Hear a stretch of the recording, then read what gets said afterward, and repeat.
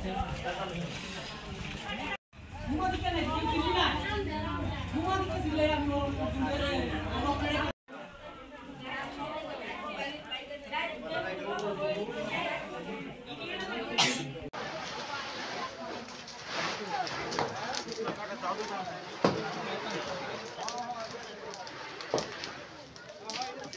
লাগছে? আগুনটা তো মানে প্রথম তো আমি আগে দেখছি আগুন দাও দাও করে জ্বলতেছে সিলিন্ডারের সঙ্গে, মানে এটা সিলিন্ডার থেকে এটা যতটুকু আইডিয়া সিলিন্ডার থেকে আগুনটা ঠিক করছে। কিরকম ক্ষয়ক্ষতি হয়েছে?